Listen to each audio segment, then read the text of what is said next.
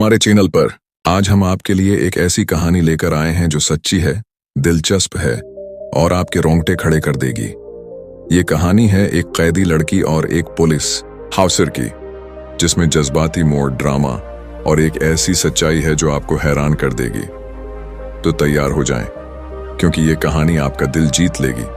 अगर आप हमारे चैनल पर नए हैं तो सब्सक्राइब करना न भूलें और बेल आइकन दबाएं ताकि आपको हमारी हर नई वीडियो की इत्तला मिले। चलें कहानी शुरू करते। एक अजीब ख्वाहिशान दोस्तों, एक दिन एक पुलिस अफसर जिसका नाम सनील था, एक कैदी लड़की के पास जाता है। वो कैदी लड़की एक छोटे से कमरे में बंद है जहां रोशनी भी मुश्किल से आती है। सनील उसे संजीदा लहजे में कहता है, आमिता, तुम्हारे पास इस दुनिया में सिर्फ 2 महीने बाकी हैं। उसके बाद तुम्हें फांसी दी जाएगी। अगर तुम्हारी कोई आखिरी ख्वाहिश हो तो हमें बता दो, हम उसे पूरा करने की कोशिश करेंगे। आमिता, जो कि 21 साल की एक खामोश और प्रासरार लड़की थी, ये सुनकर न तो रोती है और न ही परेशान होती है। उसके चेहरे पर एक अजीब सी मुस्कुराहट आती है। वो सनील की तरफ देखती है और कहती है, मेरी आखिरी ख्वाहिश ये है कि जब तक मैं जिंदा हूं, हर रात एक कनवारे लड़के के साथ गुजारूं। सनील ये सुनकर सकते में आ जाता है। वो सोचता है कि शायद उसने गलत सुना। वो हैरानी से पूछता है, क्या ये कैसी ख्वाहिश है? आमिता दोबारा दोहराती है, हाँ, यही मेरी ख्वाहिश है, और अगर आप किसी और को नहीं ला सकते तो आप ही क्यों नहीं? सनील को गुस्सा आता है, लेकिन वो एक तरबियत याफ्ता पुलिस अफसर है। वो अपने गुस्से पर काबू पाता है और कहता है, मैं एक पुलिस अफसर हूं और एक अफसर कभी कैदी के साथ ऐसा नहीं कर सकता। ये गैर कानूनी और गैर अखलाकी। लेकिन अमिता हर बार वही बात दोहराती है। वो कहती है, आपने पूछा था कि मेरी आखिरी ख्वाहिश क्या है। अब ये मेरी ख्वाहिश है और आपको उसे पूरा करना होगा। सनील सोच में पड़ जाता है। वो नहीं जानता कि इस सूरत हाल से कैसे निपटा जाए। वो अमिता को समझाने की कोशिश करता है, लेकिन अमिता अपनी बात पर अड़ी रहती है। दोस्तों, क्या सनील इस अजीब ख्वाहिश को पूरा करेगा या फिर कोई और मोड़ आएगा? आइए इस कहानी को मजीद गहराई से समझते हैं। सनील का पस मंजर असली सनील एक 24 साला पुलिस अफसर था जो अपनी नौकरी में नया था। वो एक छोटे से गांव से ताल्लुक रखता था जहां उसके वालिदीन किसान थे। सनील ने बड़ी मेहनत से पुलिस की तरबियत मुकम्मल की थी और अपने थाने में अपनी ईमानदारी और बहादुरी की वजह से मशहूर था। लेकिन उसे अभी तक ऐसी अजीब सूरत-हाल का सामना नहीं करना पड़ा था।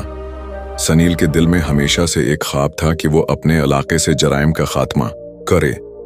वो हर केस को पूरी तौजा से हल करता था। लेकिन अमिता का केस उसके लिए एक मामा बन गया था। आमिता का केस अनामिता को एक संगीन जुर्म की वजह से गिरफ्तार किया गया था। एक दिन सनील को इत्तला मिली थी कि एक गांव में एक औरत पर हमला हुआ है।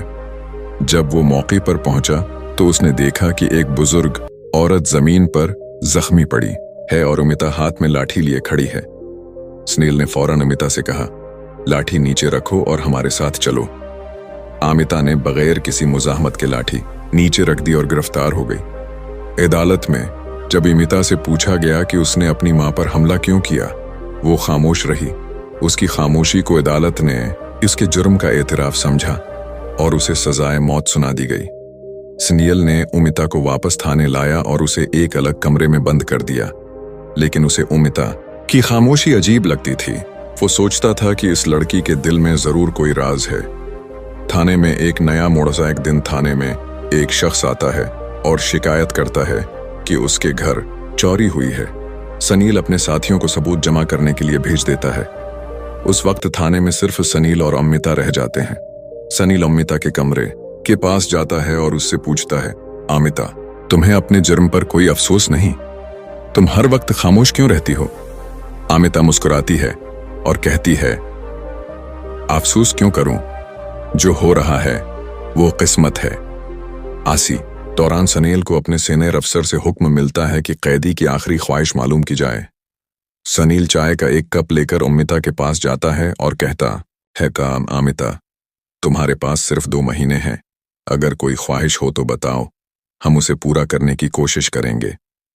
आमिता अपनी वही अजीब ख्वाहिश दोहराती है, मैं हर रात एक कनवारे लड़के के साथ गुजारना चाहती हूँ, और अगर आप किसी को नहीं ला सकते तो आप ही मेरी ख्वाहिश पूरी कर दें। सनील को गुस्सा आता है, लेकिन वो खुद को संभालता है। वो सोचता है कि शायद उमिता उसे परेशान करने की कोशिश कर रही है, लेकिन अमिता की आंखों में एक अजीब सी चमक थी जो सनील को परेशान कर रही थी। एक मुश्किल फैसला सनील रात भर सोचता रहता है। वो नहीं चाहता कि किसी और लड़के को इस अजीब सूरत हाल में शामिल किया जाए। वो अपने सीनियर से मशूरा करने की सोचता है, लेकिन उसे डर है कि उसे सजा मिल सकती है। आखिरकार वो एक फैसला करता है। वह उमिता से कहता है, ठीक है, मैं रात को तुमसे मिलने आऊंगा, लेकिन ये सिर्फ इसलिए कि हर कैदी की आखिरी ख्वाहिश पूरी की जाती है। रात को सनील अपनी पुलिस वर्दी उतारकर आम लिबास में उमिता के पास जाता है। उमिता उसे देखकर मुस्कुराती है। दोनों के दरमियान एक अजीब सा ताल्लुक कायम हो जाता है। इस चाय का इंकिशाफ इंजास वाकये के बाद सनील और उमिता बातें करते हैं। सनील पूछता है, अमिता, तुमने ऐसी ख्वाहिश क्यों की? अमिता कहती है, जब आपने मेरी ख्वाहिश पूछी, मुझे लगा कि आप वाकई मेरी बात सुनते हैं, इसलिए मैंने आपको आजमाना चाहा, लेकिन अब मैं आप पर भरोसा करती हूँ। सनील कहता है, मैंने ये सिर्फ अपनी ड्यूटी की वजह से किया, लेकिन अब तुम मुझे सच बताओ, तुमने अपनी माँ के साथ किया? अमिता पहली बार अपनी खामोशी तोड़ती है।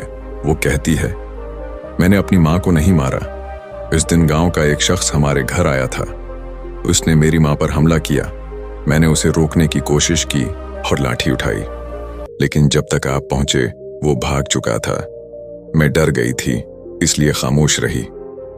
सनील को अमिता की बातों पर यकीन होता है। वो फौरन अपने सीनियर से बात करता है और अमिता के केस को दोबारा खोलने की दरख्वास्त करता है। अदालत और रिहाई सनील अमिता को दोबारा अदालत ले जाता है। इस बार अमिता पूरा सच बताती है। अदालत नए सबूतों की जांच करती है। चंद महीनों बाद असली मुजरिम पकड़ा जाता है, जो गांव का एक बदनाम शख्स था। अमिता को रिहाई मिल जाती है। एक नया आगाज रिहाई के बाद अमिता और सनील एक दूसरे के करीब आते हैं। अमिता सनील से 3 साल छोटी थी, लेकिन दोनों के दरमियान एक गहरा रिश्ता बन जाता है। कुछ वक्त बाद दोनों शादी कर लेते हैं। सनील अपनी पुलिस की नौकरी जारी रखता है, जबकि अमिता एक स्कूल में टीचर बन जाती है। वीडियो का इख्तिताम दिए दोस्तों। ये थी एक ऐसी कहानी जो सच्चाई, एतमाद और मोहब्बत की ताकत को जाहिर करती है। अमिता और सनील की कहानी हमें सिखाती है कि सच कभी छिपता नहीं और मेहनत और ईमानदारी हमेशा रंग लाती है। अगर आपको ये कहानी पसंद आई तो लाइक करें, कमेंट्स में अपनी राय जरूर बताएं और चैनल को सब्सक्राइब करना ना भूलें। आप हमें बताएं कि आप अगली वीडियो में कौन सी कहानी सुनना चाहते हैं। तब तक के लिए अल्लाह हाफिज।